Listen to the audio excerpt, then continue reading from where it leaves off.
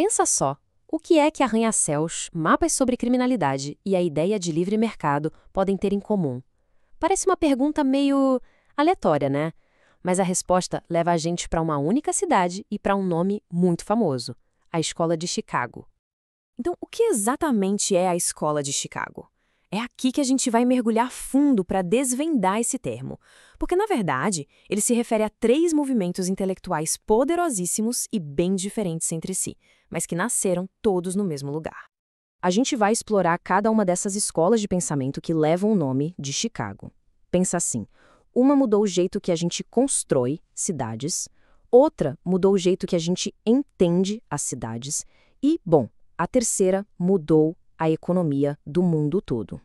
Certo, vamos começar por essa. Para isso, a gente precisa voltar no tempo, lá para o finalzinho do século XIX.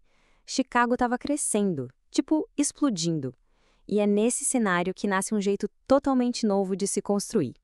E é super importante entender uma coisa aqui. Quando a gente fala escola, não é uma escola de verdade, com sala de aula e tudo mais. Era mais um movimento, sabe? Um grupo de arquitetos com ideias revolucionárias que simplesmente mudou a cara das cidades para sempre. E olha só que interessante os pontos principais aqui. Essas características não eram só para deixar o prédio bonito, não. Elas eram resultado direto da tecnologia da época. A grande sacada foi o esqueleto de aço.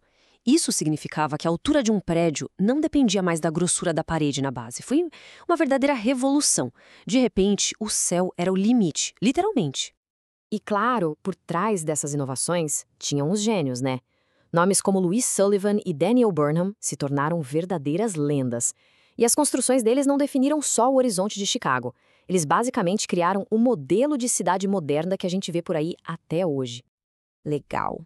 Então, se a arquitetura estava construindo o corpo da cidade, tinha um outro grupo em Chicago que estava mais interessado na alma dela.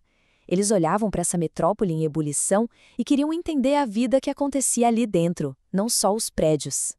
A ideia era genial, tratar a cidade como um gigantesco laboratório social.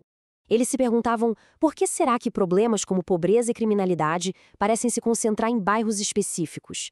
Era quase como se desse para desenhar um mapa desses problemas. E o método deles foi super inovador, olha só. Basicamente, Shaw e McKay dividiram a cidade em zonas, plotaram os dados de criminalidade e, bingo, encontraram um padrão claríssimo. O mais incrível foi a conclusão. Não importava qual grupo de imigrantes moravam naquelas zonas centrais, a taxa de crime continuava alta. Ou seja, o problema não eram as pessoas, era o lugar. Isso deu origem a uma teoria muito importante, a da desorganização social. A ideia é a seguinte: o crime surge quando os laços da comunidade se enfraquecem.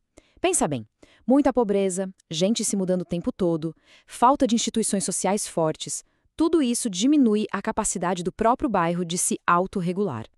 Ok, vimos arquitetura, vimos sociologia, agora a gente chega na escola que virou sinônimo do nome Chicago.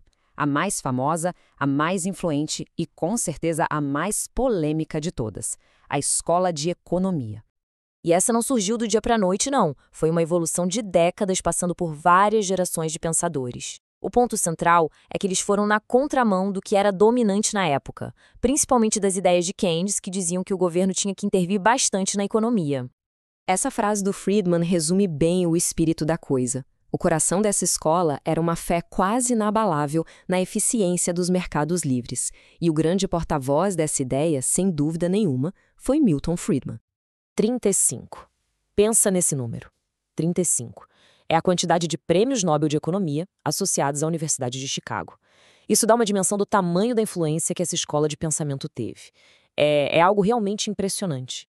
Beleza, então a gente viu três coisas que parecem não ter nada a ver uma com a outra: arquitetura, sociologia, economia. A pergunta que fica é: existe alguma coisa que conecta todas elas? Algum fio condutor? E a resposta, curiosamente, está nessa citação do próprio Friedman. O que une essas escolas não é uma ideologia política, é uma metodologia, um jeito de pensar. É um compromisso radical com o uso de dados, com análise empírica para entender problemas concretos do mundo real. Pois é, esse DNA metodológico é o que liga todo mundo. Os sociólogos mapeando dados de crime, os arquitetos resolvendo problemas práticos de construção e os economistas testando suas teorias com o mundo real. Cada um, do seu jeito, estava usando evidências para encarar os desafios da sua época. E, claro, um método tão rigoroso assim gerou ideias de impacto gigantesco. Só que essa influência toda, principalmente a da escola de economia, não veio sem controvérsia. Pelo contrário, gerou debates acaloradíssimos no mundo todo. A crise financeira de 2008 é um exemplo perfeito disso. De um lado, críticos como Joseph Stiglitz culpam a escola de Chicago por dar a base intelectual para a crise. Do outro lado, defensores como James Heckman dizem que o problema foi justamente o contrário, que o colapso aconteceu porque os princípios de Chicago foram ignorados. No fim das contas, a história da escola de Chicago, ou melhor, das escolas de Chicago, nos mostra uma coisa poderosa: como uma abordagem específica para resolver problemas, nascida num lugar para resolver questões locais, pode se espalhar e acabar redefinindo o jeito que a gente constrói nossas casas, entende nossas comunidades e organiza a economia global. É impressionante.